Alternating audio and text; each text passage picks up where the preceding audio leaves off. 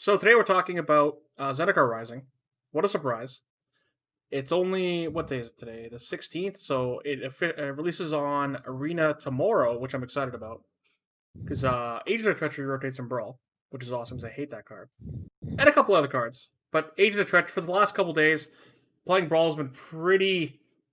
I don't what's the not defeating or it's like every time I get Agent of Treachery, I just know it's gonna be gone in a couple days.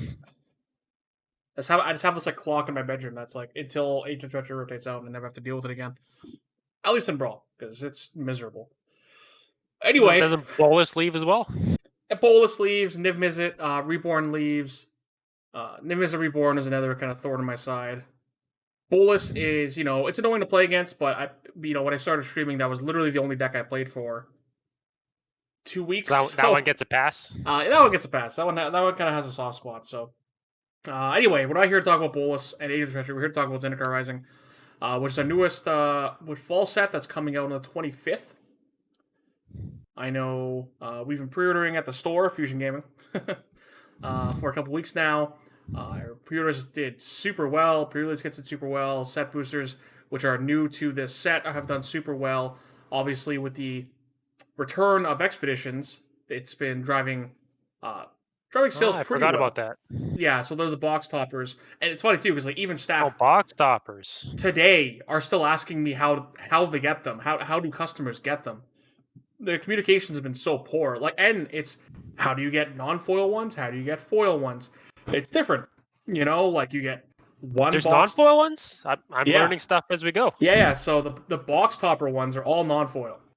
So you get one in a draft booster box, which is the regular boosters we've been used to. You get one in a set booster box, which only have 30 packs, and then you get two in a collector booster box, and they're all non-foil. And the only way to actually open expos, I guess, in a pack is in collector packs. And apparently there's a 1 in 4 chance of getting one. Because I think the boxes are only 12 packs. You get like 3 per box.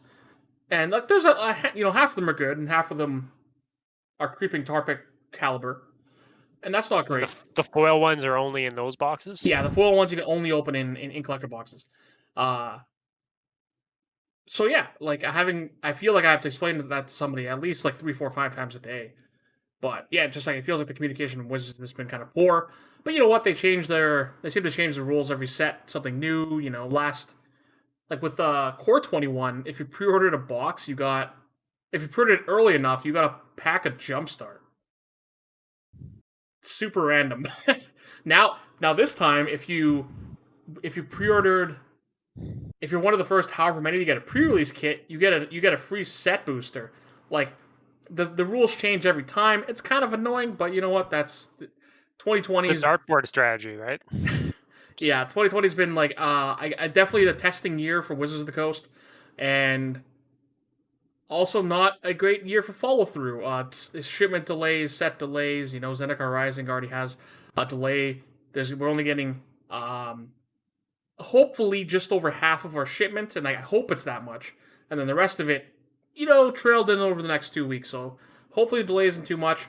I know there's been a lot of kind of artificial inflation. I don't even know if it's artificial, but inflation of almost every single set because you just can't buy it. You can't buy Jumpstart. You can't buy Double Masters. Even like a core, regular boxes dry up really early in the first week or two of any particular set. And then, eventually, regular sets eventually bleed in. It's not that big a deal, but every set in 2020, and obviously, pandemic and whatnot. I'm not blaming them too much, but it's not great. But anyway, so Zendikar Rising, it's our third trip to Zendikar. It feels like I guess a kind of short time, but I guess Battle for Zendikar wasn't that long ago. I don't remember what's the release date on Battle of Zendikar. 2015 late is my guess. Zendikar release. I'm sure my face is very bright. October 5th, 2015. October 2nd. Hey, we got it. 5 years ago. Okay. I remember it used to be like 7 years. It used to be the kind of like the magic number when they would return to like artifacts set every 7 years. The tribal set every 7 years, so on, so on. I just remember that's when I quit standard, so 2016. So just Battle of Zendikar, like back. the I format? quit when Innistrad came out, which I think was the next set. Battle, yeah, yeah, Yeah. yeah. Okay. Anyway, so with Zendikar coming back, there's a handful of, I guess, returning themes. Uh, I guess for those of you who are this is the first time watching one of our set reviews, we typically go over, I guess, some of the mechanics in the set. A lot of the times, the mechanics alone can determine how good or bad a set could be. You know, if it has something like Splice into Arcane, unfortunately, Splice into Arcane doesn't have a lot of, applications to regular cards. So sometimes a pigeonholed effect like that can hold a set back, and this set might have one. Thankfully, it's pretty open-ended, so it's okay. But returning mechanics are kicker, not multi-kicker, but just regular kicker, right? Anyway, Yep. and landfall. Zendikar's had landfall. All three sets. It's had kicker. All three sets. Kicker was in regular Zendikar, right? And then multi-kicker was in battle, and they're back to kicker. Anyway, so landfall / lands matters theme is back. Kicker's back. On top of that, we have the return of double face cards, which we haven't seen since actually not that long ago. I guess once Wizards in was it Innistrad block, they kind of figured out how templating double face cards works, and people seem to like it. So they seem to revisit this every so often, and I think this iteration isn't that bad. So all the double face cards in the set, one side will always be a land, and the other side will be a spell. In some cases, both sides are lands. We'll get into that. But the ones that are spells, you get the option to play, I guess when you play it from your hand, you have the option to play it as a land or as the spell. In all Yeah. zones, there are spells Yeah, until they it's enter always play, the right? face up. So if it's an instant on the front and a land on the back, it's just like any double face card would be like I'll take Kytheon, who's a creature up front and a planeswalker on back. When it checks any zone, it'll always be the front half. It'll always be Kytheon, the creature. So not until it's in play, or I guess the land itself, will it be countered to something else. So once that goes into the graveyard, it turns back face up. Yada yada. But yeah, I think they're really, really interesting. I think these are something that I want to say They're hard to typically, grasp. yeah, that like would be a little harder to evaluate. I think they look fine enough, if that makes sense. Like I'm sure they're gonna play fine. Had we done this in literally 2 days from now, I'd have much more experience playing with these cards. But I think that they're gonna play like great and limited. It's gonna probably make limited a little weird with like splitting your land to spell count, just like kind of what was it when Ravnica's City Guilds or any with the set with bounce lands or Well, like even the latest set with cycling, you'd play a lot less lands because you can yeah, cycle a lot of because things. you have these other spells that you can just kind of dump for a redraw. So you get to kind of cheat on lands because half of your or not half, but a good amount of your creatures and spells might also be lands. So uh that's pretty interesting. And again, I think if they at least they look interesting. The way they're designed look pretty cool. Especially the not complete cycle of double face lands, which we'll get into. But the other mechanic in this set, which is new, but I think was probably what they wanted allies to be way back in Zendikar, is the party mechanic. So allies were, the ode to a nod to D&D way back in Zendikar, returned again in Battle for Zendikar, and I think the party mechanic is like kind of the how they wanted to execute it, especially with the D&D sets announced in the horizon. So the party mechanic, 2021 mechanics, yeah. yeah, the party mechanic will be attached to a spell, and it will care about how many creatures or how many types you have in your party. So a party consists of a up to one of each cleric, rogue, warrior, or wizard. So it'll typically care about having at least one of each of those. Uh, so it's made a couple of cards more interesting. Like all of a sudden, Outlaw's Merriman's cooler, or Mutavault's cooler. You know what I mean? Like, maybe this like weird, tribal, not tribal. Uh, I was a mechanic. I was gonna say archetype. Mechanic is interesting. It makes you kind of typically we're checking checking the boxes of how many things are human, but now it's how many rogues do I have? How many wizards do I have? How many other ones do I have?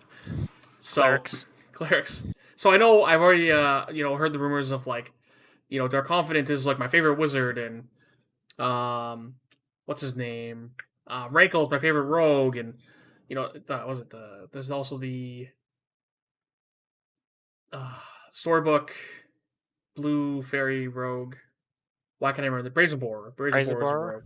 So all of a sudden people are like, oh, this thing's a rogue, and this thing's a rogue, and this thing's because Wizard and Warrior are pretty common. Cleric and Rogue not so much, but anyway, we'll get more into that. So to go over the set, since we've been doing it live, we've kind of transitioned to just kind of going over by rarity, and then by alphabet. We're still kind of learning. We're still kind of learning, doing this ever so often. So if you have a better idea, we're open to ideas. We're always looking to kind of change the format to make it more digestible and to not make it too long because it's really, really easy to talk about Magic for way too long. But I guess one of the first cards we're going to talk about is going to be, assuming this works properly, boom, boom, Academ's Awakening. I know when I sent the list of cards to Drew, because I typically will send him the list of the obvious cards to talk about, which Drew is good at making a list for, and then I throw in the more maybe looser, more exciting cards to talk about. And Academ's Awakening is one of them. So Academ's Awakening is one of the first double face card we have. So all the mythics, unlike every other one, all the I guess rares, commons, and uncommons, they all I guess the benefit of them being a mythic is you could pay 3 life to make them come to play untapped, and that's across the board for the full set of 5. We're not going to talk about all 5, but for at least the mythic cycle. So, Academe the Undercrypt. That's a weird name. Anyway, Academ's Awakening. X black black black sorcery. Return from your graveyard to the battlefield any number of target creature cards that each have a different converted mana cost X or less. So you can pay 3 and 3 black. Return a 3, a 2, and a 1. That's how this card, and a 0. I guess if you have a 0, that's how this card reads. Yeah, when I first read it, I thought it was every. I was like, I could see playing this, but it's not. It's target. Yeah. I guess it wouldn't be every, right? No. Any number of target creature cards. It would say each creature card. Yeah. No. I know it's. I know it's not all of them. Otherwise, this card would be literally insane. It's just like 3 or 6 mana, buy back all 3 drops, 3 or less. But from what I understand, you can get 4 targets, right? Again, hypothetically, if I pay 3, I get a 3, a 2, a 1, and a 0. If I have a 0. Yeah, I guess I never thought of the 0, but yeah, it makes sense. I don't know how often it's going to come up, but just a possibility. So this card, just like a lot of the mythics, are this really big, flashy, over-the-top effects that are extremely powerful, but they cost a lot of mana. So like I typically, unless I'm playing this pretty dedicated aristocrats deck where I'm going to be buying back 2 or less, or so I'm going to pay a 5 mana investment into this. I'm probably going to pay a pretty real amount of mana, so we're looking upwards of 6 mana.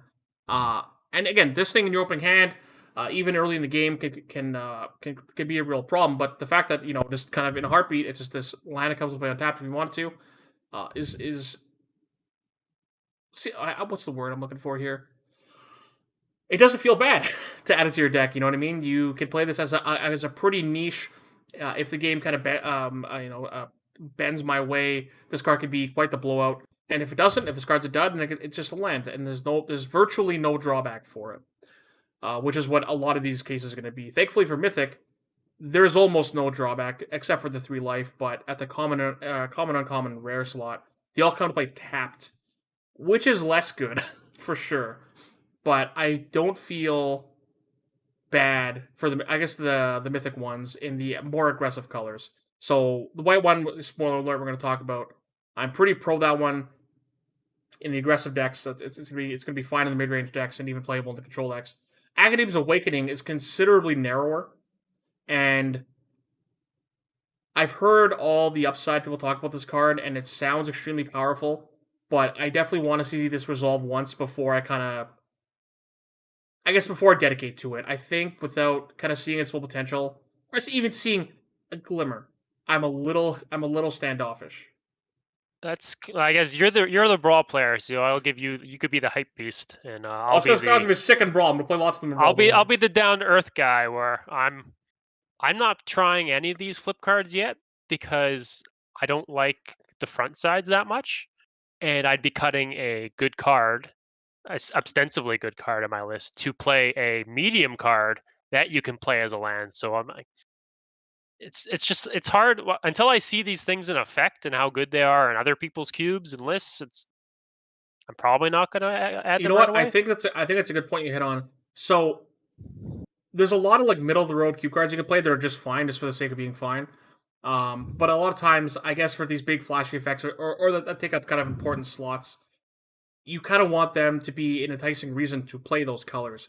Where Drew said there's virtually no cost for putting these in your deck. You probably don't have to draft them very high. You kind of just end up getting them, and again, they come at almost no cost in deck building.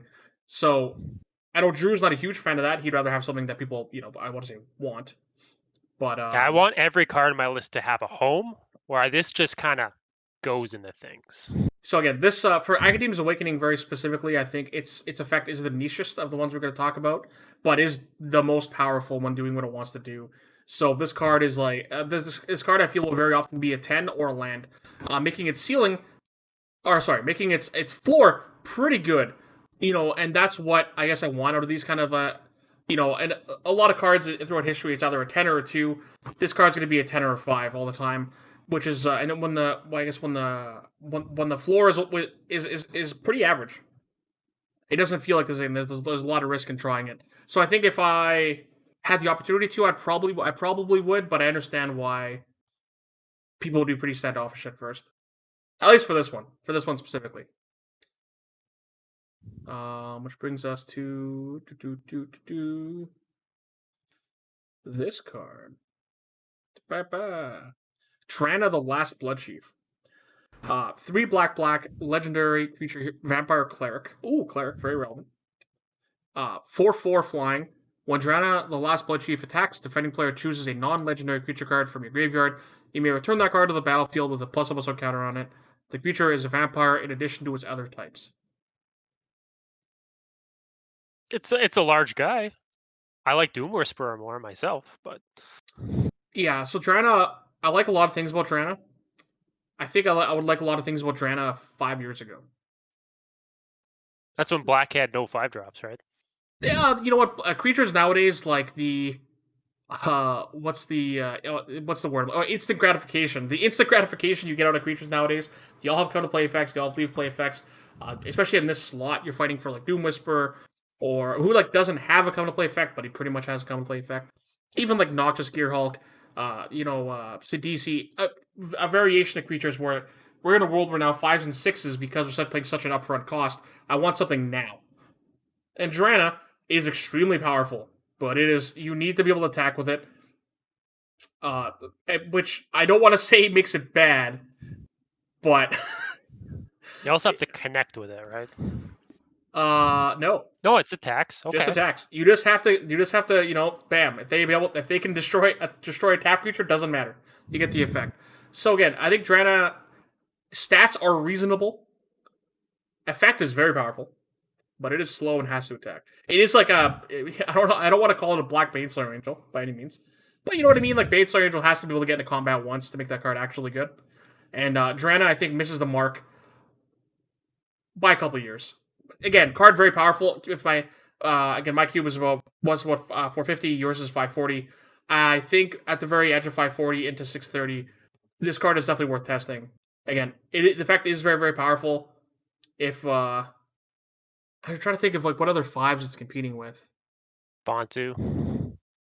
I do like Bontu.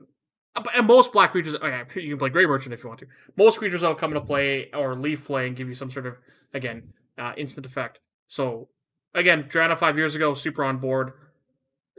Modern Magic, a little to be desired. But again, it's still a very, very powerful effect if you do get to attack. So we're going to talk about the next one of these flip mythics. And I think this is maybe the one that's most talked about. Probably because it was the first one spoiled. Emeria's Call. 4 white, sorcery. Create 2 4/4 white angel warrior creature tokens with flying. Non-angel creatures you control gain indestructible until end of turn. Or until your next turn. I literally I did not know that until I just read it.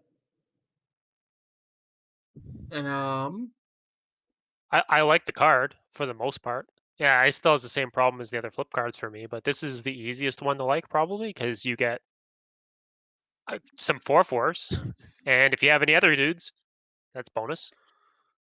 Yeah, again, the 4 mana, or sorry, 7 mana, 2/4/4s makes your team indestructible. You can kind of slam this into almost any white X aggressive deck or mid range deck, and you're not going to be disappointed because again, the ceiling on this one is definitely a little lower than the Agadim one, but it is still very powerful. And then in the floor, when the floor is always a 5, worst case you're paying 3 life for this land. Um, and it's not gonna be that big a deal in the aggressive and mid range decks. Even control decks can afford to play this just as a regular. I need a win condition pretty late. 7 mana for 2/4/4s. I can play this late land tapped if I wanted to. Those decks can afford to take the extra turn off. This is definitely the one that I think I'd be trying first out of all of them. Kind And of reminds me of Decree Justice, I think. It makes 2/4/4s for the same cost, or you get a land out of it instead of having to cycle it. yeah, again, very similar. Like I guess these, I don't want to say these cards act like a cycling card, but I think this one is the easiest to evaluate without actually having cast it once.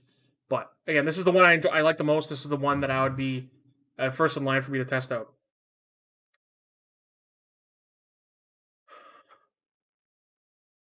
It was really weird that Jace and Nahiri were like day one spoilers, and then there was just nothing. I don't want to say nothing else, but then they just spoiled all the planeswalkers right away. Nisa got spoiled pretty immediately after, and then there was kind of like, oh, I guess there's no more planeswalkers. And you know what? I guess it's good that are you here for this? And then everyone leaves, right?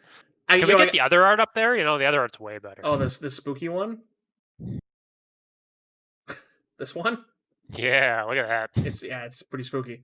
I'm happy that spoiler season isn't revolved around planeswalkers. You know what I mean? It's sweet when I think for at least for a while, it felt like and I don't want to say the deciding factor. The deciding factor of a set was how good the planeswalkers were, and that's probably still the case to some degree. But I feel we're past the point of are planeswalkers bad, set bad. You know what I mean?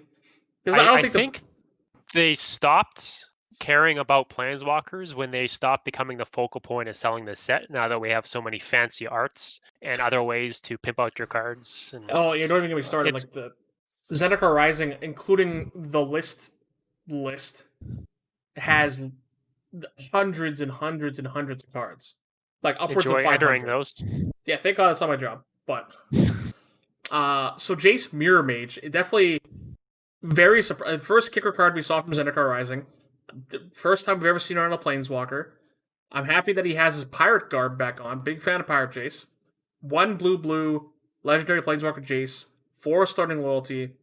Kicker 2. When Jace Mirror Mage enters the battlefield, if Jace was kicked, create a copy token of it.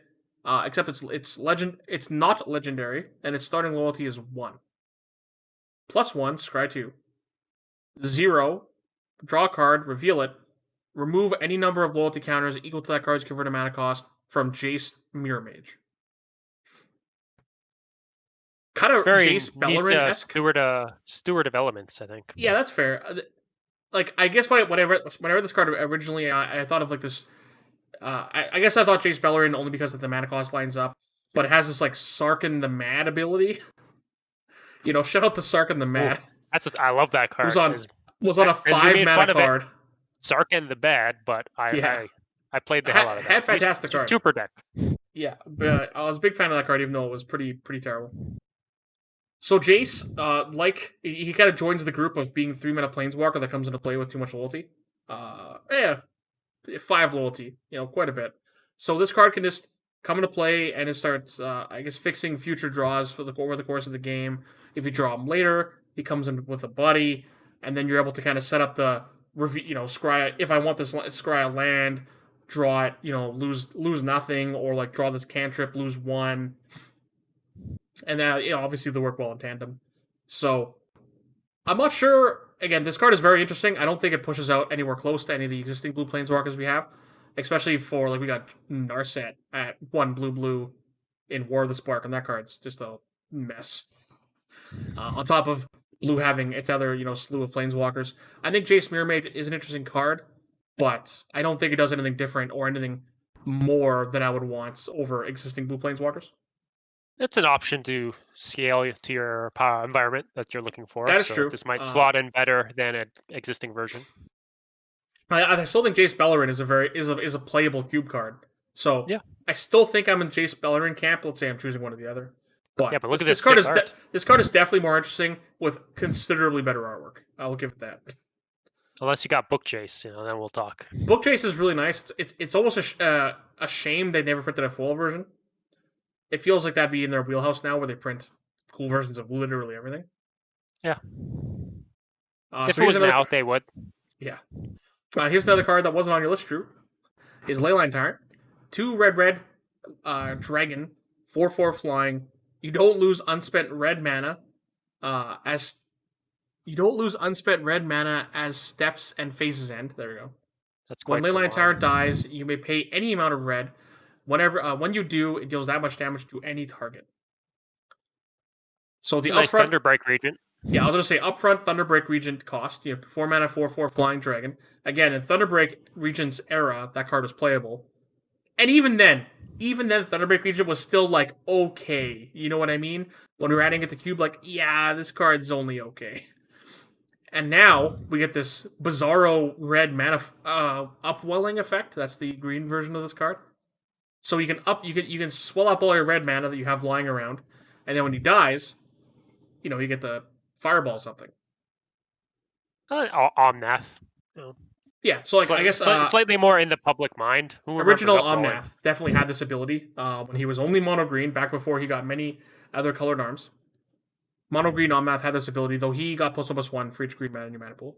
So Leyline Tyrant, again, at Thunderbreak Region stats, nothing to write home about. You get to dump extra mana into him, but I'd rather he had haste. I'd rather he almost have fire breathing. I'd rather him have almost any other line of text. He is interesting enough, but I think how much better is he than what's his name?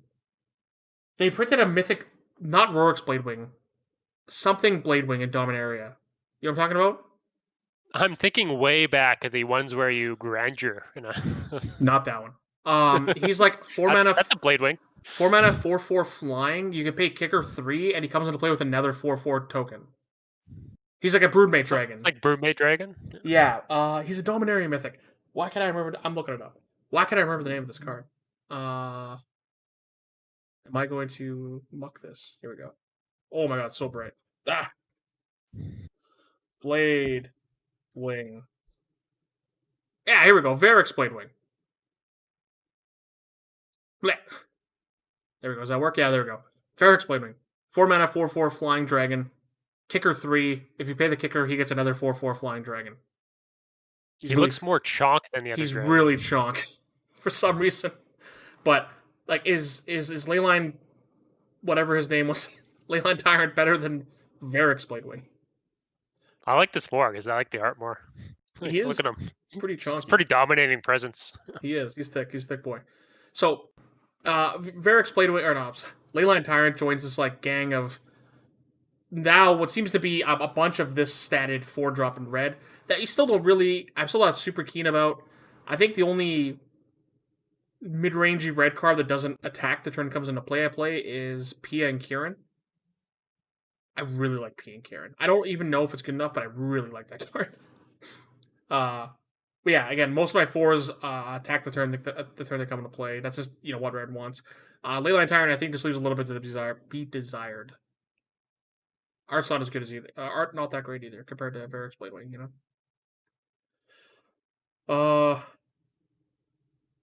I guess we can. I don't even want to talk. I'm not talking about Nahiri. Nahiri sucks. Nahiri's pretty dedicated equipment and warrior focus. So we're gonna go ahead and skip that and get to a better planeswalker in Nissa of Shadowed Bows. Big fan of this art. That's really nice. Is that Shadowed Bows? Is that how you pronounce? I don't know how you pronounce that. Bows. Bows makes more sense. Sure.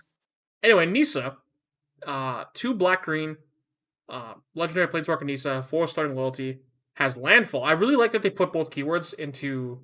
I guess, and even there's an equipment sub theme in this set as well as like as the party mechanic, which fits into Nahiri.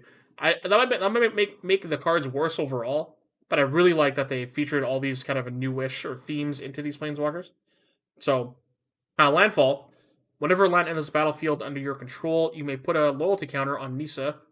+1 on top target land you control. You may have it become a 3/3 creature with haste and menace until end of turn. It's still land. I didn't know you may turn into a creature. You can just untap a land for value. That's cool. -5. You may put a creature card with convert mana cost less than or equal to the number of lands you control onto the battlefield from your hand or the graveyard, with 2+1/+1 counters on it. This card's interesting.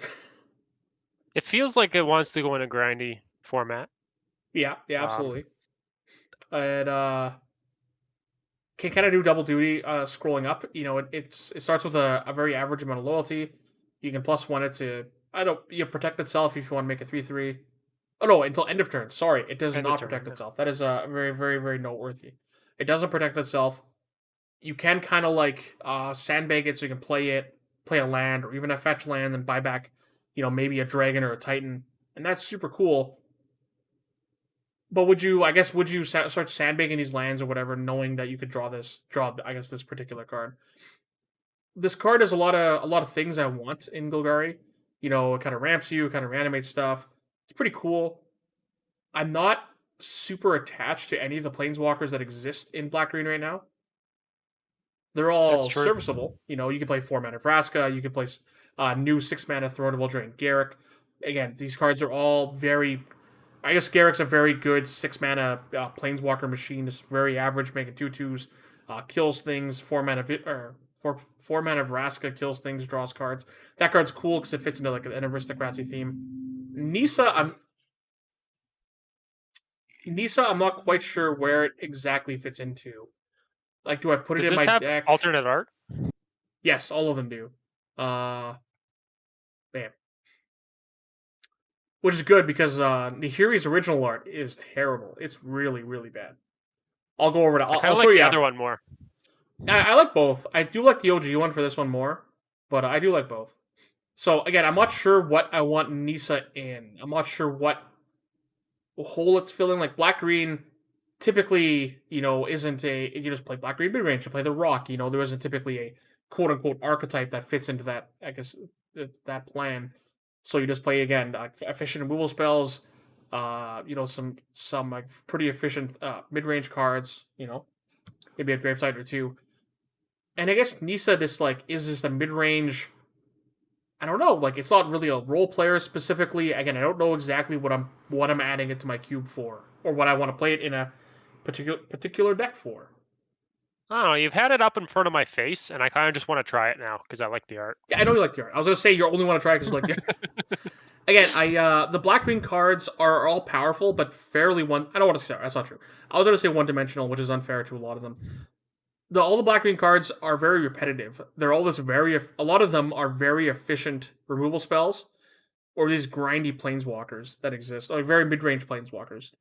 So the Golgari slot I think looks full, but if I just played the 5 best removal spells in Golgari, that's not what I want my Golgari spells to do. If I just start with Assassin's Trophy and work my way down to like Maelstrom Pulse, Abrupt Decay, Putrefy, you know what I mean? Like that isn't Yeah. what I like to fill my gold slots with. I want them to be a reason to play those colors, and I don't know what I want to do with Nisa. Again, I could say the same thing about 6 mana Garruk, but at least something like Vraska, it encourages you to lean on the like black sacrifice. I don't. I was gonna say Bloodsoak Champion. Yeah, Bloodsoak Champion, like aristocrats kind of stuff. You can buy back creatures, which black is very good at. Draw cards. It has You want more direction from your right, planeswalkers, and you and don't know where this one's too broad. I don't know what it does. But it's also not strong in being overly powerful because it's too broad. Yeah. It's no mind sculptor like that just Yeah. does So I everything feel well. unless I'm like kind of convinced it can do something new or something specific for me, I think I'd rather play something that's going to be more appealing to play those colors, or more of an incentive to play those colors. And this card just isn't it, unfortunately. Okay, we're gonna. I wrote it down. I know you did. I'm gonna show you. Look, so this is Nahiri's original art, which looks bad. It's not good. This art is not good. I don't even like how the sword crosses out the No, text it's box bad. there. This art is fine. I don't know what's happening, but it's better. She's got her clothing caught on the cave and she's leaving. Yeah, I don't know. Again, I don't know what's happening in this picture, but the art is certainly better. All right.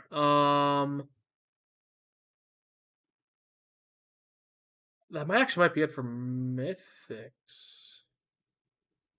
There's that 2-drop. I think he's a mythic. 1 second. The black one. Skyclave Oh, something. is he on your list? Yeah. Did I not put him on my list? Where's my list? Okay, whatever. I'm just gonna bring him up. Boom. Wait, click. All right. Mostly because I'm not sure how to evaluate him, and I want to hear what you have to say. Oh, my only opinion on this card is how sick it is in Brawl and Commander. You should buy this for your Nethroi Commander. The way this card interacts, which I've only recently found out about apparently, is like if your opponent's at 20, or I guess at full life, and you Scourge of the Skyclaves in your graveyard, this thing has negative 20 power. So if you target it with Nethroi, you get to get 20 more power with Nethroi. So you get to get 30 CMC, or sorry, 30 power. It's or what is it, how exactly does it work? The Nethroid's up to 10 power. Yeah. So you get 30 power because you target this, and then yeah, apparently that's how it works. So it's on my Magic list. rules are pretty straightforward until you find ways to break it, and then this happens, which I think that is great. It's on my list of brawl decks to craft tomorrow or to play tomorrow. Okay, so I guess to be more serious, Scourge of the Skyclaves, 1 in a black, Star Demon, kicker 4 in a black. When you cast a spell, if it was kicked, each opponent loses half their life rounded up. Scourge of the Skyclaves' power and toughness are equal to 20 minus the highest life total among players. Among players includes yourself. Black is not shy about paying life for its own things, but if I'm trying to like Savannah Lions them out in black, or I guess Bloodsoak Champions, more fitting. I don't know how much of my own life that I'm losing, so it's not hard for this creature to live. You know what I mean? For you to be at 18, then to be at 18, and it's like very Death Shadow esque. But I probably have to play with this card once or twice to kind of get a feel for it. Yeah, I think the deck I drafted last was like a black white guy deck. Yeah. And I had a decent amount of creatures that did half your life, or not, remove some amount of your life total through like little pings or revealing a card and losing life to its CMC. It doesn't look like a 2-drop to me. I guess maybe that's the problem. You're not, unless you're shock landing yourself, you're not But putting even this then, on turn 2, like, let's and say you have to attack them, right? Yeah, I have to like turn 1 Savannah Lions, turn 2 fetch shock this thing, or at least fetch this thing or shock this thing, just for it to live. So this card definitely, very, very a la Death Shadow, is considerably better in a constructed environment. I'm very curious to see where it'll fall in cube, if it'll be just a because in my head this card's a miss.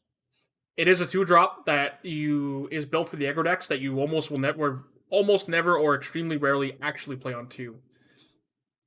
Yeah, I think this is one of the ones I'm going to keep an eye on. And if people say it does well in their list, I'm going to look at their list and see how aggressive it is. Or that you have to it has to have some context when you say this card does well. And I want to know what environment it succeeds in and whether that's comparable to mine.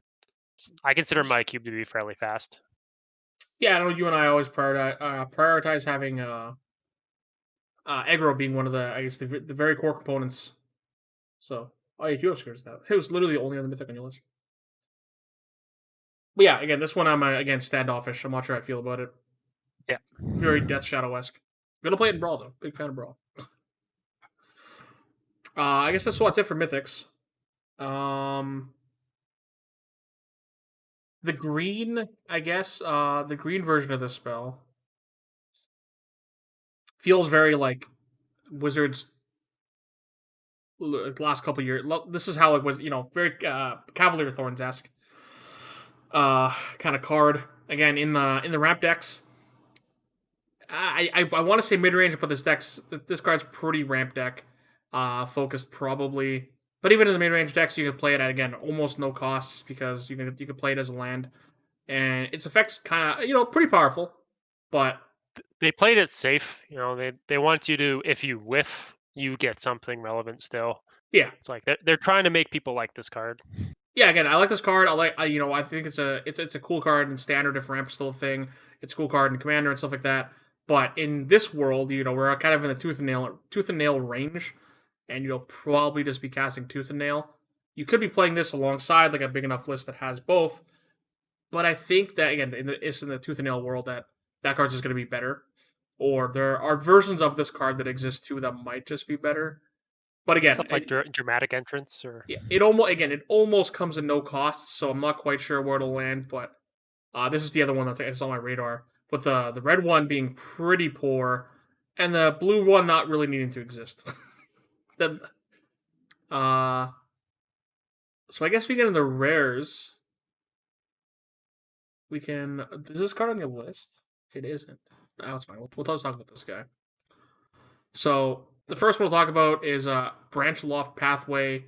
It's the first of this weird 6-card cycle of not complete lands. I think I just called them flip lands, so technically they're on the list. Yeah, they are. So there are a lot of these. There's 6 of them. Again, not the complete set. So if you are very particular, you're not going to be able to balance these cards out. I know Wizards has apparently said that they plan to finish the cycle soon.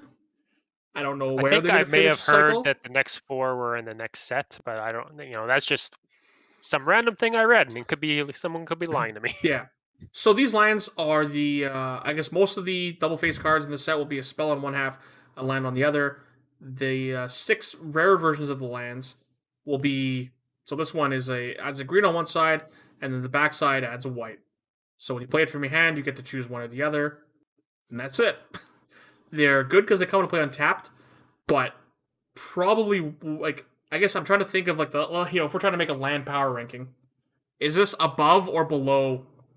Is this one specifically above or below Sunpetal Grove? I like the Sunpetal Grove more in general because it will almost always come into play untapped, and you have access to both colors. Yeah, I think it's slightly closer to the Zendikar lands, the 5 of them, where they come into play tapped unless you have 2 basics. But you can fetch those. Lands. Yeah, you can fetch those. Yeah. Which is why I will continue to play the battle lands, because those come into play tapped 30% of the time, maybe a bit less than that, depending on how many colors you're playing. But usually it's like, yeah. Let's say I'm playing, let's say Black Blue's one. I actually don't know the exact color combinations. If Dimir has one of these, is it better than? I guess I already asked you if it's better than the check land. I think the check land's gonna be better most of the time. It's Sunken Hollow. Yeah, is it going to be better than? I'm trying to think of other lands. So typically for land cycles, you can. Not all land cycles are built evenly. You know what I mean? Like Sunken Hollow is great for Dimir, but it's not really what I want for Rakdos or Boros. I want to have Pain lands or Fast lands or Horizon lands. Lands that could play untapped. Life doesn't matter. If I think there's a Boros version of this. Is the Boros version of this better than the There's Fast no land, version. Pain land, Horizon land? You know what I mean? Is it better than any of those? I don't think so. So I'm not sure where these lands fall, where I want to play them, how small my card pool has to be, or how. Yeah, because when I was playing Modern, I was playing Fetch, Shock, Check, Horizon, and then Horizon or Manland and something like that was like the split. And I think in Pioneer there's maybe room, but even in Pioneer, I don't know what world. Again, in Pioneer you don't have fast lands, you don't have a lot of things, you don't have pain lands. I'm trying to think of the world where these are better than an existing cycle. Them coming into play on tap is a super big upside, but you are limited to the one color. So if I am playing a green white deck and I have one of this, I want to say I virtually have no fixing, but I put them pretty low on the land power rankings, I guess. There's also the angle that you have to take it out of the sleeve and flip it every time. That might not be the funnest experience. The full art ones are very nice. If this will load. Like these This looks nice. Oh baby, this image is kind of low res, but these look nice. Yeah. Big fan. So these are gonna look really nice foil. That being said, I don't think I plan to play them in almost anything except for maybe Commander. Maybe, probably Commander. You know. We are arguing over margins. I guess it's to mention. Like, is the Sunpellow Grove going to be better? How often than this card? Like, I guess if it I was looks trying to pretty, think. you So just play again, it. with lands, again, there is the conversation of again because the land cycles are created equally. Which is this one? Which was this one favor? So I guess I would have to talk about is this one better? Are the new Zendikar Rising lands more aggressive land? Is it more control land? It's kind of not. It's kind of in the middle. Very like check lands are probably the like barrier for like this is down the middle. Everything kind of wants it. Aggressive decks will play it. Mid range decks will play it. Control decks will play them. Where like fast lands or mad lands are opposite. Uh, Yeah. so I That's was why I trying to like see the battle lands, because it fits in the middle. It fits in that battle lands sphere are of. again a very good like down the road, and then like those things go up in value dramatically if you have fetch lands. So I think the I don't know, I guess double faced Zendikar lands are good, but worse than existing options. Worse than many existing options, I think. So we talked. I don't think you had this card on your list, and I think we talked about it very briefly. But Charks, the Raging Isle, 2 blue, 0/17, legendary creature, Leviathan Crab. Spells your opponent's cast that target Charks, the Raging Isle, costs 2 more to cast. Pay 3. Charks gets +X/-X until end of turn, where X is the number of islands you control. This You card know is that I like cards with big toughness. this card is like unkillable in some matchups. Like how red's not getting rid of this? How's green getting rid of this? You know what I mean? Like this. So this card is a very hard sideboard card, a almost mono blue Wall of Denial esque. You know what I mean? You bring it in against some matchups, and they might just never kill it. I don't know how often you're ever going to activate it or attack with it, but it has a gigantic ass. Gigantic. I don't think I can get behind paying 4 mana for a 0/17 that I have to sink 3 mana in to be effective. I guess like you could make the argument is like a travel in Tree of Redemption is 4 mana, right? Yeah. Yeah, It's Tree easier of to cast, Redemption. though. 3 Yeah, colors. Tree of Redemption isn't good either. This one can at least attack. You know, being virtually unkillable in some matchups, probably not good enough. But yeah, it's funny to talk about. I don't know what world I would have to be in to try this thing. It would need to be a 1/16 so it can trade with some red guys. Then maybe we have something, right? Yeah, no, unfortunately, the Crab Leviathan is not making the cut. What do we got next? This card also felt like it was spoiled forever ago.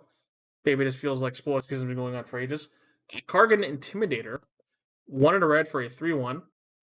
Human Warrior. Cowards can't block warriors. I'm happy that they, since Future Sight, have kept that kind of that joke going. It's a good meme. It is. Pay 1. Choose one that hasn't been chosen with this turn. You only choose one each turn, or up to one each turn. Or, sorry. You can activate each ability once each turn. Jeez. Got there. Alright. Target Intimidator gets +1/+1 till end of turn. Target feature becomes a coward until end of turn, or target warrior gains trample until end of turn. So it's Blade of the Six Pride has come a long way since being a playable card. How many abilities can we put on Blade of the Six Pride to make it good now? I think Kargan Intimidator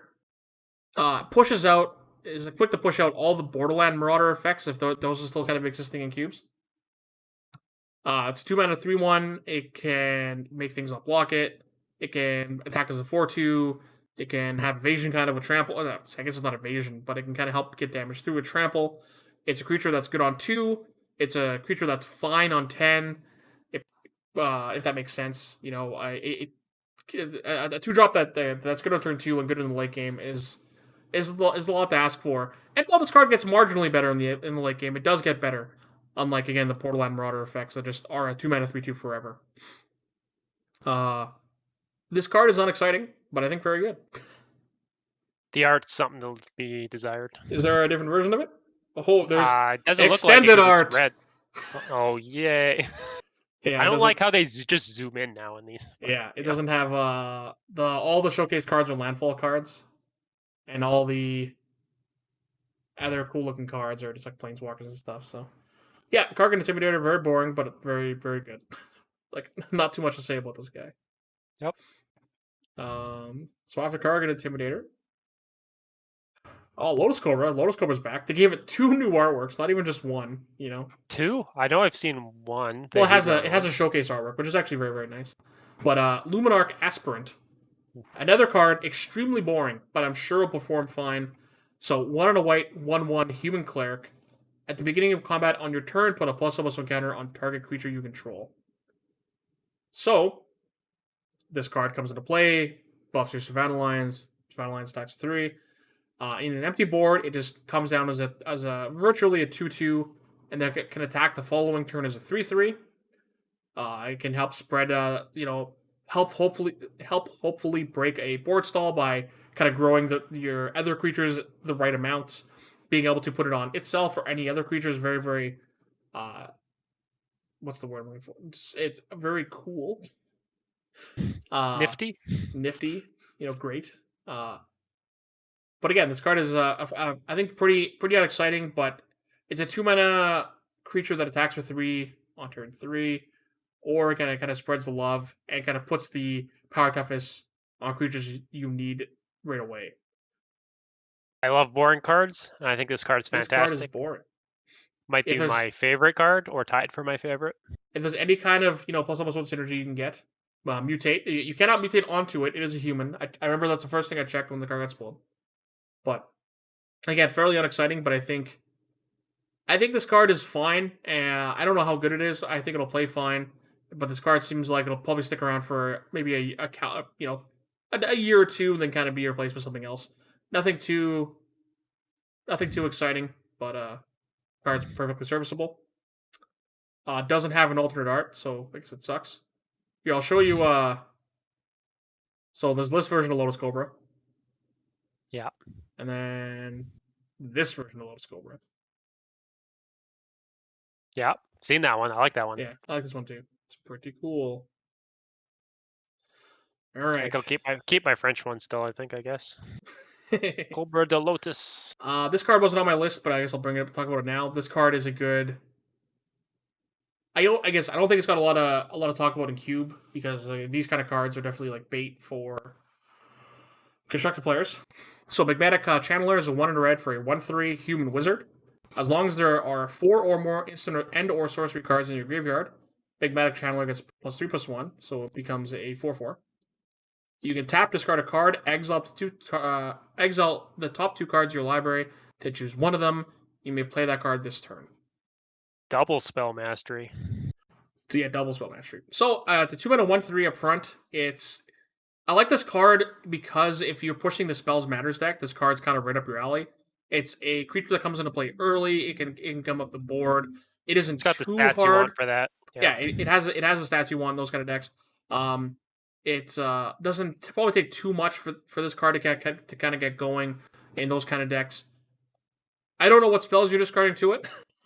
I know in the Make the Dream Cube, there's a self discard theme. This card is right going right in there, I'm sure. But this card's really close to being cool. But I think you need to have a pretty dedicated kind of is it spells to make this card playable. But again, very interesting card, a cool constructed card, I'm sure. But I think a bit of a miss unless you're again pretty hard sold on the spells matters deck, which I like a lot, and I kind of wish I was able to make work. But here we are. Why will this work? Oh, there we go. Everyone else is doing their set reviews at this time. Yeah, I guess just Scryfall getting mangled. Nighthawk Scavenger, the card, the sequel to Vampire Nighthawk we all wanted, I'm sure. 1 black, Vampire Rogue. Oh, got an additional creature type, making it better. It is a 1+*3. Flying Death Touch Lifelink. Nighthawk Scavenger power is equal to 1 plus the number of card types among cards in your opponent's graveyard. Very Tarmogoyf-esque. So it's a 3 mana 1/3 Flying Death Touch Lifelink. So its floor is a worse Vampire Nighthawk, but its ceiling is considerably better. Yeah. I'm definitely I cut Vampire Nighthawk from my cube. I don't even know how long ago at this point. Very, like I talked about earlier, we kind of want that instant gratification in creatures nowadays. Uh, removals so much better, combat so much better. You need something to kind of do something right away, and I think Nighthawk stats fell flat after however long. This one scales. So This one does scale. It is like again, I don't want to say strictly better because again, it does have a lower. It does. It can be worse, but I think most of the time, it is going to be better. And again, in mid game, late game, this thing scales pretty hard. But yeah, I think that like you said, the Nighthawk's a little lackluster nowadays. That this will scale a lot harder than you think it will, and then like once you get in 1 or 2 games under the belt, you're gonna be like, oh, I attack you for 4 lifelink in the air. Like, yeah, yeah, so this card just has the additional attack points I wanted Vampire Nighthawk to have, to make it kind of fit into more modern era Magic. So again, I think the card is going to be fine. I look forward to the next Vampire Nighthawk we get and the next return to Zendikar. How do you go about choosing cards to add or remove? What creates balanced play environment? That is a bit of a loaded question. There is, if you're playing Vampire Nighthawk, you can very easily cut Vampire Nighthawk for Nighthawk Scavenger. It is seemingly just an upgrade, but a lot of the times to find out what card to remove, there isn't some kind of version or effect that is similar that you're already playing. It's not an easy answer. A lot of the times, it's finding maybe if you have too much of an effect or too little of an effect, you can kind of push and pull levers there to kind of fit in new cards or trying out old cards. But it is just kind of research and development. Play your cube enough, yeah, find cards that are either underperforming or an effect that's underperforming, and make swaps like that. And what creates yeah. a If you have a handle balanced, on your environment yeah, and you know kind of like how the games play out, then you can kind of visualize. Well, the other best option is to test it, just yeah, add it in and test it. But you can kind of visualize what the card might bring to the table into the decks that you want it in, and then you can like, should I give it a shot? Should I not? Is yeah. it too powerful? Not powerful enough? Very often with new sets, if I don't have a clean cut or a card I'm looking to replace or something that's I think this will perform better than this other effect that's very similar, I'll just add it. I'll just make my cubes 450. I'll just add it to like around spoiler season or previous season. My cubes up by an average of 8 to 10 cards bigger than normal, just because I'd rather test the card and see how it performs and then make the swap if I want to, than force myself to cut something which I might like or is performing well, just to try something new. So I think yeah, I'm just fine with just adding it. And as for creating a balanced play environment, that again too, you have to just kind of play a bunch, see what's doing well, see what's doing not, see what cards are sitting in sideboards, what cards are getting underdrafted, what cards that might be too good or are overperforming, and gotta move levers here and there. There is unfortunately no quick fix for either of these answers or either of these questions, I should say. But yeah, it does require you to just play a bunch and just try to get feedback from people. Check out what's sitting in people's sideboards. Ask if cards are overperforming, underperforming, stuff like that, just to get kind of as much feedback as you can from your playgroup just to be able to kind of make these changes. Uh, Nighthawk Scavenger again doesn't have a cool version; only has extended art. It's gonna be easy to get these foils this set. Oh yeah, foils are like regular pack foils are like they're not worth anything anymore. Who cares? Null Priest of Oblivion, one of the last cards spoiled, and one of the cards most excited. Yeah, I It's think this so is my modest. favorite card of the It's set, so and modest. it's everything I want. It's Everything. just like a better Child Knight that has that again. This is a I don't even want to say good turn two, but it's serviceable on turn two, and it's good late game. So good on 2, good on 10. That's kind of my if it can check both those boxes. If a 2-drop can check both those boxes, I'm sure it's going to be good. And this card kind of shoes into that. It is a slightly upgraded Child Knight. I guess I'll say what the card does first. It's 1 and a black for 2/1. Vampire Cleric. It has kicker of 3 and a black, menace, lifelink, one Null Priest of Oblivion, and enters the battlefield if it was kicked. Return target creature card from your graveyard to the battlefield. So again, it is a menacing Child of Night that can zombify something later. That's it. But like, it's perfectly fine.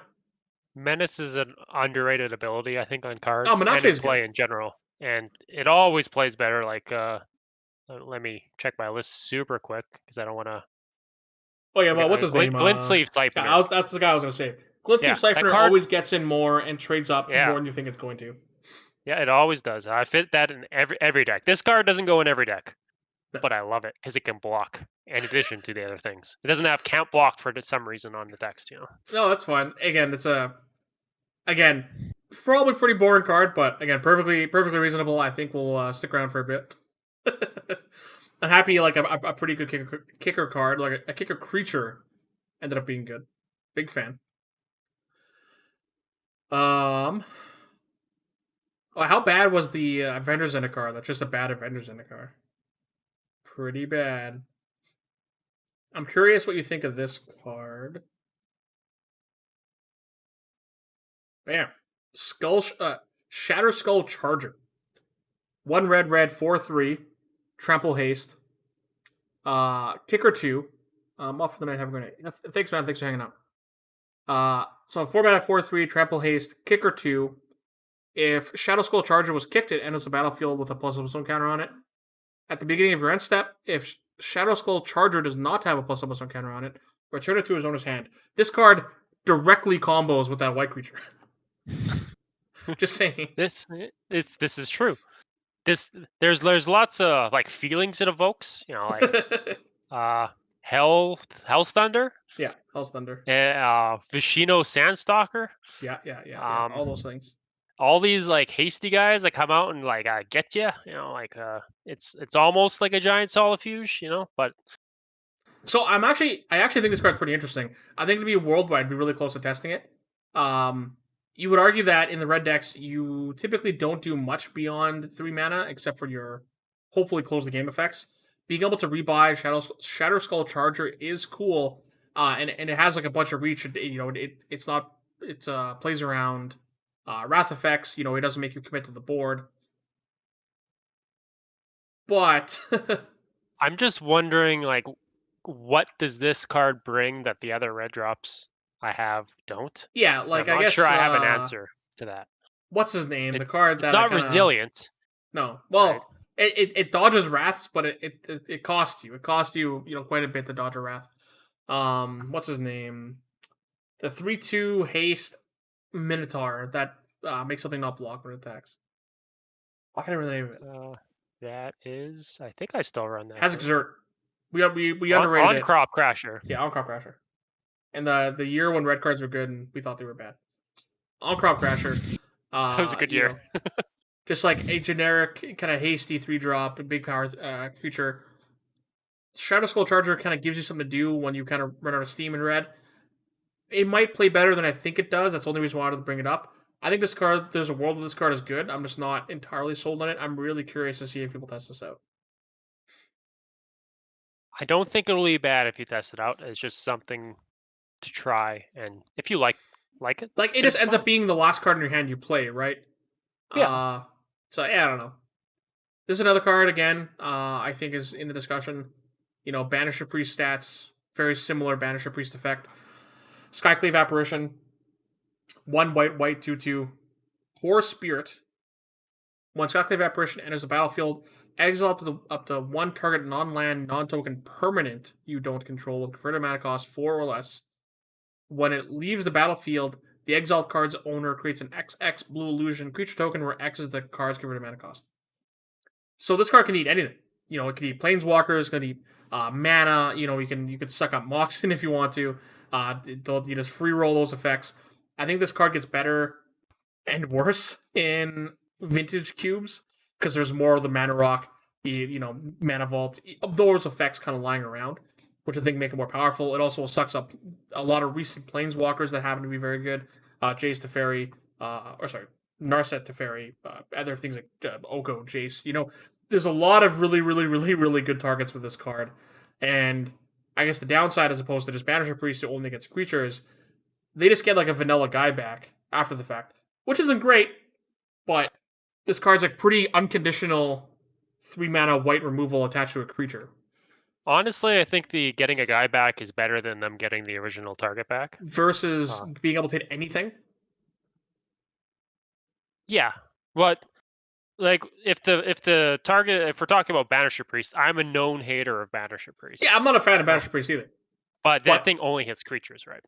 no, absolutely. But this card, which is I guess Banisher Priest esque, stats wise, exile something. I'm super on board for this card. At least in like vintage. I don't know how I feel if you take vintage out of the fact and you're just playing a traditionally fairer cube. I think this card gets worse. But I think in vintage, this card's definitely worth a look. Again, being Yeah, able to I steal had it on fast, my short list, and I did not commit to it. just like again in vintage powered lists, being able to just stone rain by eating fast mana or like very powerful effects, like a Sylvan Library. There's so many just very powerful permanents at that mana cost Yeah. that this card is unconditionally exiles. Right? It's like a so even if they get a guy after the fact, again, just the power of exiling anything seems super high. But again, I think it does fall off when you're not playing vintage. What we got next? Oh, hey, speaking of playing vintage, we have a thieving skydiver. So, This card's getting a lot of attention. oh yeah, especially a commander like this, like all star kind of. 1 in a blue, 2/1, Merfolk Rogue, flying. I don't know why this thing flies. I guess because it dives from the sky. Sure. When Thieving Skydiver enters the battlefield, if it was kicked, gain control of target artifact would convert a mana cost X or less. If that artifact is an equipment, attach it to the Thieving Skydiver. Again, in a vintage environment, there's a lot of fast mana lying around. Being able to tag like Soul Rings, mana. Not everyone's gonna have Soul Ring, Mana Crypt, Grim Monolith, but there's a lot of mana rocks. There's a lot of signets. There's a lot of talismans. There's like swords and stuff lying around. This card is probably more of a sideboard card than anything. It is a fine creature. It's 1 in a blue, 2/1 flying. Like Mistral Charger or Mistral Pegasus, or I'm confusing two of the same card. Stormfront. Stormfront Pegasus, Mistral Charger were playable cards, and then a lot not too long ago. It's reasonable in blue. You can pitch it to Force of Will. Again, I'm sure in vintage environments, this card's playable. I don't know the flavor of it having flying, though. I understand that it's diving from the sky, but it's going to eventually hit something. It's going to land on ground. Spirits are It's spirits are high. it's all the You'll flavor, just soar. So this is definitely a true card. Valakut's Awakening. I know Drew's a pretty big proponent of these kind of bizarro red cards. Valakut's Awakening is 2 in a red instant. Put any number of cards from your hand on the bottom of your library, then draw that many cards plus 1. And then it is a land that comes into play tapped, alternatively, just like all the other ones that are mythic. I think this is one of the ones that interests me because it has no obvious analogy of cards that exist in the color combination. Currently, it's a windfall, sure, but and it's an instant, and it can be played as a land. So it has a lot of pluses or interesting effects that make me want to try it. I haven't exactly committed to it yet, but it's close. It's interesting. I try these weirdo effects all the time. You do try these weirdo effects like the what is it? Give all your land cycling. They've been kind of experimenting with these red draw card effects in these kind of bizarro packages the past however long. And Valakut's Awakening is just the next version of it. I think I'm not sure how much I like this card versus just like a thrill of possibilities. I think it's kind of in the same camp. But you can play it as a land at the cost of costing 1 more mana than I would play for Thrill of Possibilities. I think these cards will all play fine. I think Zendikar Rising as a whole, a lot of the reasonable spell, land attached are all pretty playable. Like I don't see a lot wrong with them. Like there's one we'll talk about in a bit that's like Censor that comes with, that you can play as a land. Again, I think all these cards will perform well, and I think because of that, Zendikar Rising has a lot more playables, or at least cards you can try out than you would guess by looking at a set up front. Because I know when kind of halfway through spoiler season, we were like, oh, this must be like it's a pretty underpowered set. Obviously for standard and like modern and stuff like that, but I think for Cube, it ended up being actually pretty not bad. Only because I'm sure these land spells are going to play out reasonably well. Oops, that's the wrong one. I'm trying to think. All right. Do that. What do I have left on this list? We're getting through it pretty reasonable here. Oh, I have it on a different email. For That's why. rares. Yeah. There's a white equipment. Oh yeah, you did put that on. Sorry, I missed that one. Oh yeah, we have the shade too. Okay, that's the other one I missed. Yeah. Okay, let's do the shade first, since I'm already here. So Skyclave Shade, which this art's not nearly as cool as this art. Skyclave Shade is 1 and a black for a 3/1 shade. Kicker 2 and a black. Once Skyclave Shade can't block. If it was kicked, it enters the battlefield with 2+1 counters. Landfall, you may cast it from your graveyard this turn. So this kind of fits in the realm of what they've been doing with black creatures lately. You know, they've gone pretty deep on recurable black creatures. This is just another one. I like it a lot. I'm happy Can't that block. very like in the in that category. You know, Bloodghast originally from Zendikar. This is no Bloodghast, but Bloodghast's double black mana cost is starting to. No blood. That's what I'm replacing because I Yeah. put Bloodghast in. It's seen some play recently, kind of maybe. Like I'm gonna put this in. I know it's gonna see more play, partially because it's a new card, but Yeah. I think it's easier to trigger and abuse its effects than rather being like 10 life. This can become a 5/3, right? Yeah, the fact that you know let your lands late game turn into 5/3s for 5. I like the ceiling on this card's pretty high. It's you're gonna buy back a lot less than Bloodghast, but I think this card is definitely just more interesting. And again, has more reach as the game goes on. Bloodghast is good old reliable. If you're deep in the aristocrat strategy, it's hard to get a creature with more value than Bloodghast. But Skyclave Shade joins the ranks of all these recurable black threats or creatures that they've been printing the past however many years, and it's a card I like a lot as someone who likes that kind of the aristocrat strategy quite a bit. And its showcase art's really cool. This art is weird. I don't. Oh, okay, I get it. I don't know why I couldn't understand it, but it's like this is a pillar, and the shade's kind of under it, attached at the bottom. It took me a while to figure out what was going on. Nice. It's Spooky Shadow, except Spooky he's Shadow. spewing purple light. Yeah, I don't know. I like this card a lot, though. This is going to be a card that I'd be pretty excited to test. And the last rare, I think, is this equipment. Well, I've actually talked about. I've got one additional one if you care, but you know, Sure, we'll talk about there's this the first. mammoth as well. Oh yeah, right. I don't know why I have card was on my list. So Maul of the Skyclaves, 2 and a white equipment. When it enters the battlefield, attach it to target creature you control. Equipped creature gets +2/+2, has flying and first strike, and it equips for 2 white, so 4 mana. There's like the cycle, or not a cycle, but a lot of equipments in this set come into play and equip themselves as something you control, and then have generally a more expensive equip cost after the fact. So while I was at work, not thinking about work, because you know we do that, this card kind of feels like it solves a lot of the problems that equipments in like the last 5 years I've had, because you play the equipment and then equip it and then get the effect, which can be kind of slow. And every time a equip cost is too expensive, the card's just immediately invalidated. You don't never want to run it. This one, I'll Embercleave. You kind of get it right away, and then you could rebuy it later for 4.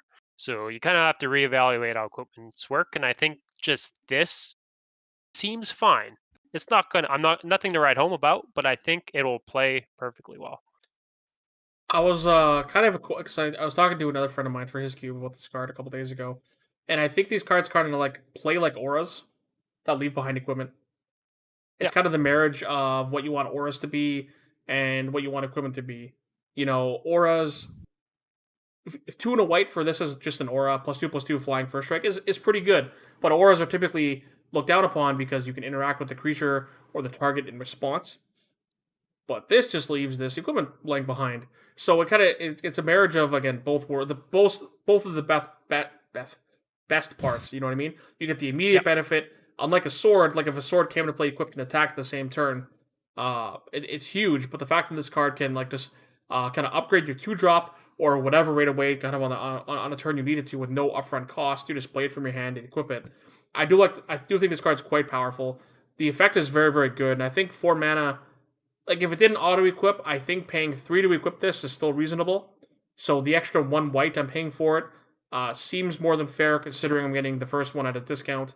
So this is my favorite version of these auto equip equipment, giving evasion and making it hard to block. It's kind of everything you want. It becomes bigger, a huge threat, and even if they can block it, the odds are the blocker's dying in combat. So it is kind of everything you want out of it, and it does kind of, a la Embercleave, like you said, come into play and do its business right now. So If it cost 3 to equip and was not free, I wouldn't play it.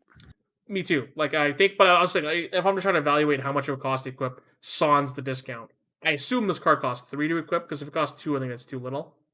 But I agree. I think without getting the first hit free, I also am not a fan. But because you do, it makes it's a bad top deck, after you get sweeped. But every equipment's a bad top deck after you get sweeped, except for Batterskull. I take it back. Batterskull's pretty good. And I guess the last rare, and I kind of mean it this time. Where are you, Mammoth? With your weird name, what should I know? Oh, Can Kazandu Mammoth something? Kazandu Mammoth. Here you are, bud. Kazandu Mammoth. 1 green green 3/3 landfall gets +2/+2 till end turn, or it's a land that comes into play tapped. What's the name of it? Kazandu Valley. That's good. That's good. That's good flavor.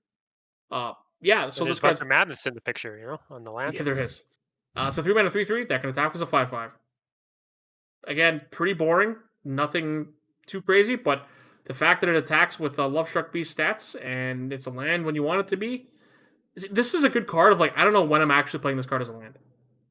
Unless I'm kept a super risky 1 or 2 lander that just didn't pan out. But just even being able to do that is nice. And obviously in limited and in constructed, your extra ones can turn into lands for the ones you haven't played. You know what I mean? So Yeah.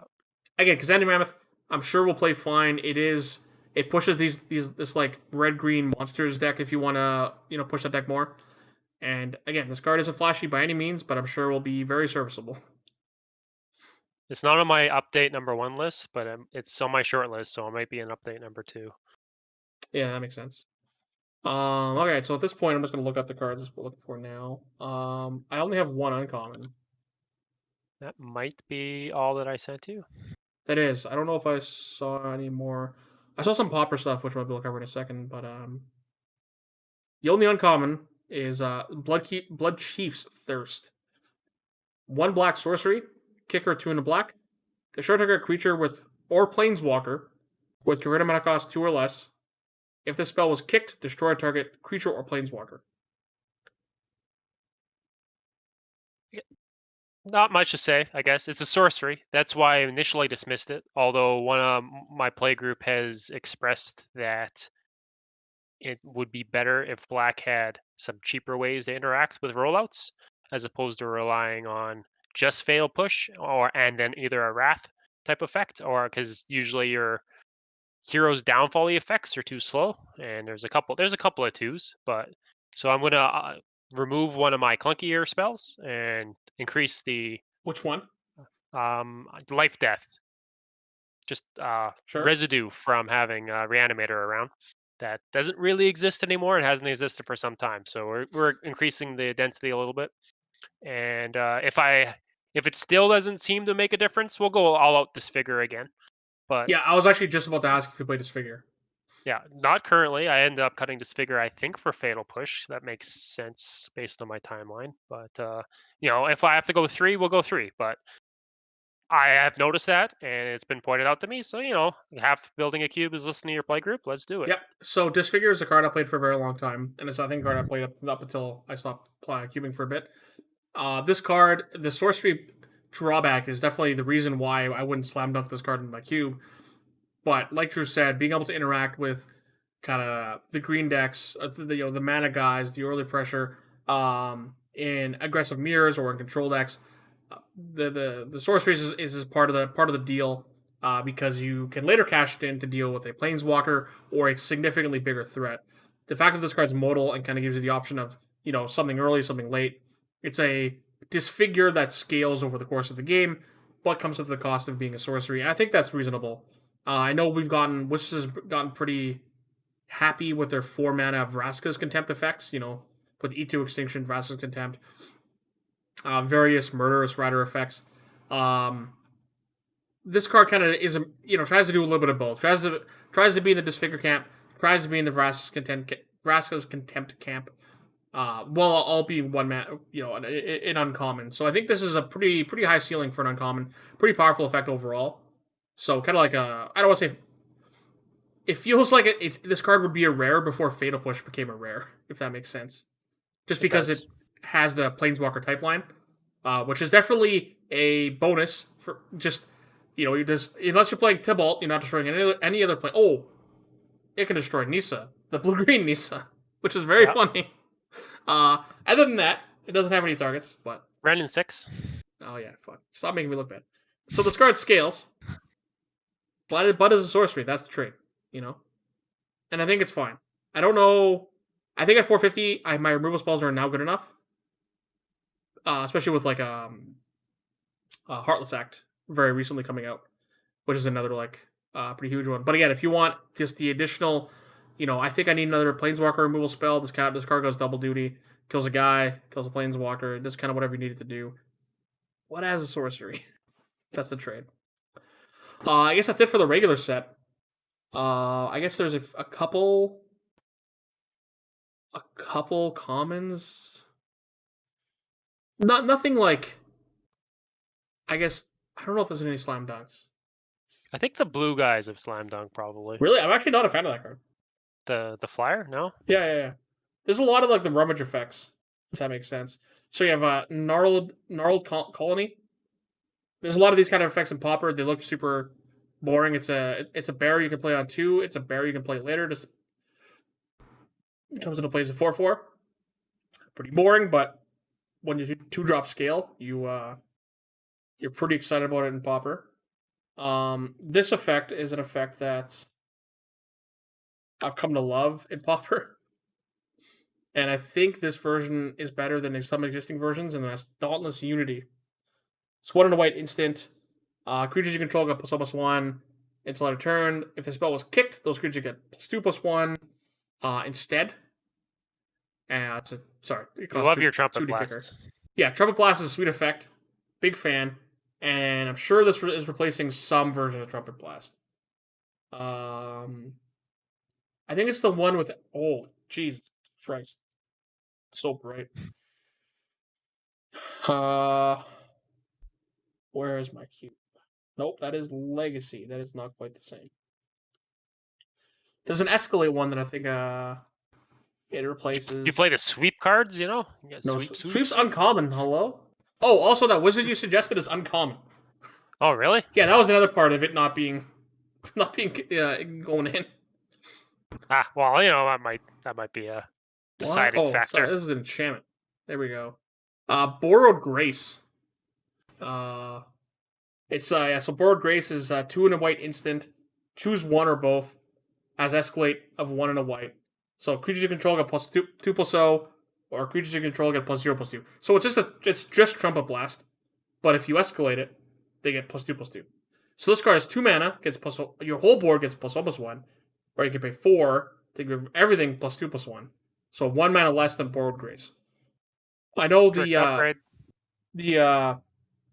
Pauper Cube guys said the same comparison, that this card will most likely be kicked more than Borrowed Grace, which probably makes sense. But both are kind of the lesser versions, if that makes sense. This one, again, not super exciting, but when you're in the world of Pauper, this is what you have to deal with. A Bubble Snare. There are a lot of pacifism effects and claustrophobia effects in Pauper. So Bubble Snare is 1 blue aura. Enchant creature, has kicker 2 and a blue. When it enters the battlefield, if it was kicked, tap enchanted creature. Enchanted creature doesn't untap during its controller's tap phase. So if they tap the mana guy or attack you really early on, it's just a 1 mana claustrophobia.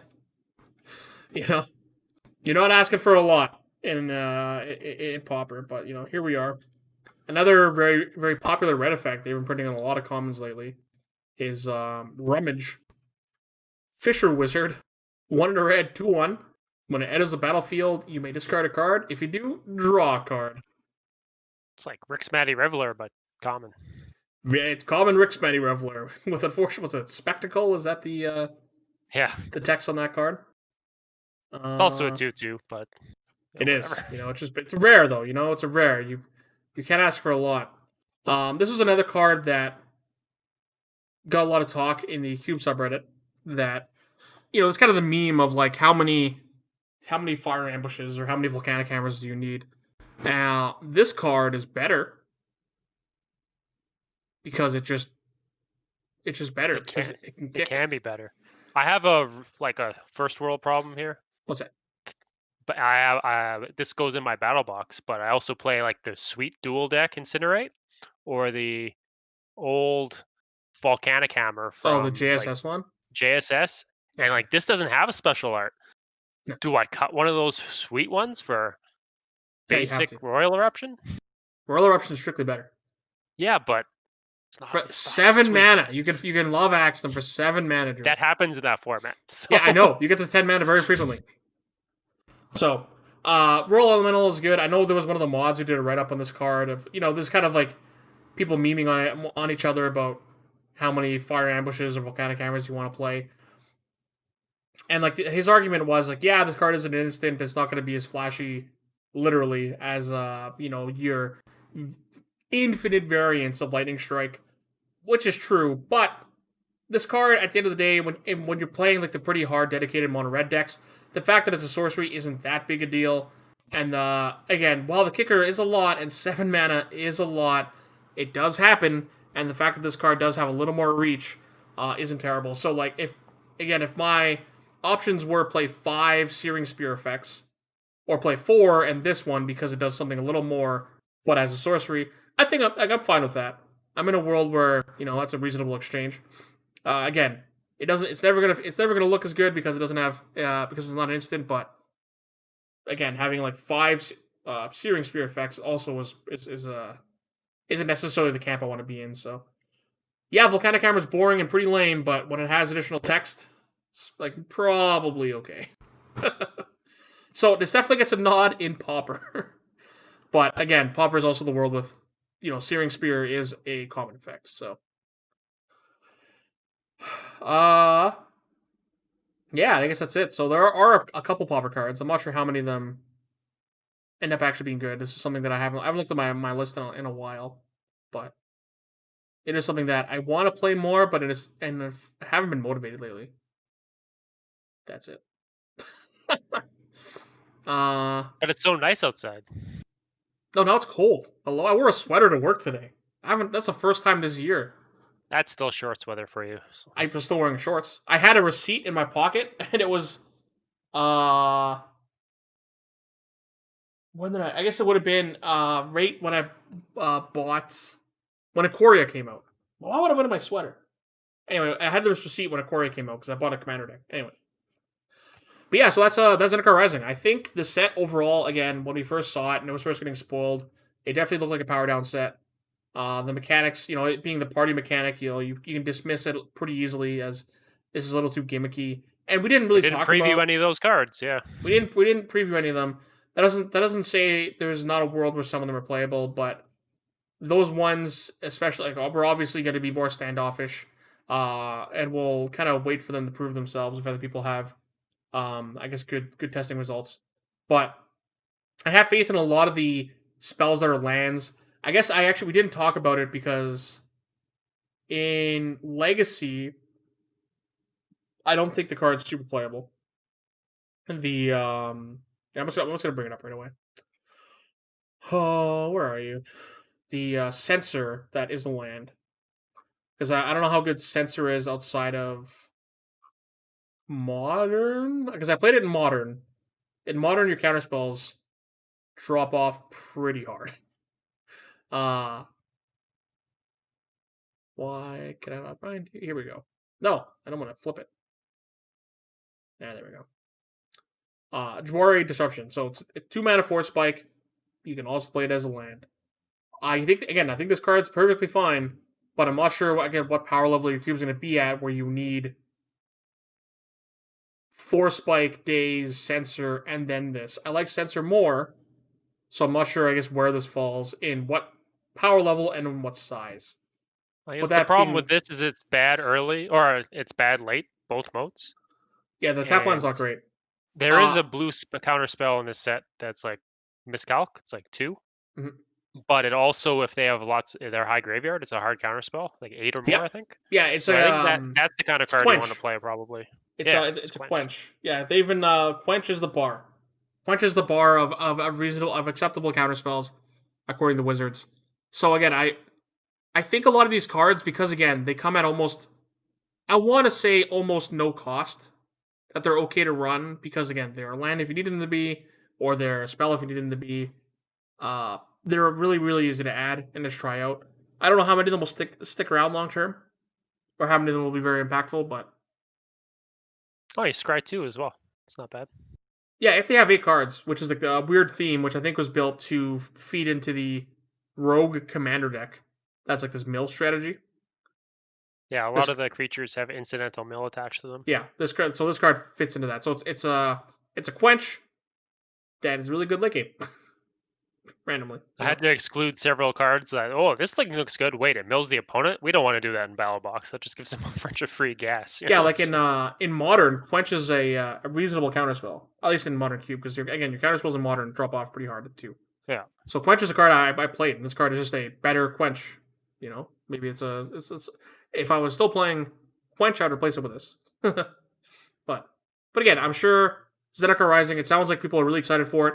A lot of people seem to believe that there's a lot more, or a lot of people are testing more cards than they thought they were. And definitely at first glance, a lot since like talking with other people are really excited to try out the set, which is great considering it's a power down set for standard and modern and stuff like that. So getting as many, however many cards in it that I'm super excited to play and auto include in my cube are, I can't ask for too much more out of a traditional set. We've been getting pretty spoiled lately with how high the power level is in everything. So even in this set that is again powered down, we still get a handful of slam dunks. So like I said, we were pretty worried about this at first, but I think it's going to end up being fine. Yeah. But yeah, I think that's all we have to talk about today. I know. Again, I'm looking forward to play this on Arena tomorrow because today's the 16th, so it's going to be out. Hopefully, I will have this out by Friday. So it's not long after we recorded it, but yeah, I'm really excited for. I want to say the pre-release, but there's not really a paper pre-release. But I know people are excited about the product. People are excited about the expos. People are excited about all the showcase cards. Yeah, just about the set in general. The new set boosters that we talked about earlier, the commander decks being printed in like mainline sets, just so many products that just can't keep track of all of them. But anyway, yeah, thanks Drew for making time for this. Yep. We'll maybe try to do some more work leading up in the future, maybe some sets after the fact. We used to do sets 3 months later, so let's say Core 21 or stuff like that. So anyway, so I guess that'll be it today. Yeah, and I'm gonna go play something else, I guess. Sounds good. All right, I'll well, wave with my terrible frame rate. yeah, your frame rate's bad. All right, I'll see you later, Drew.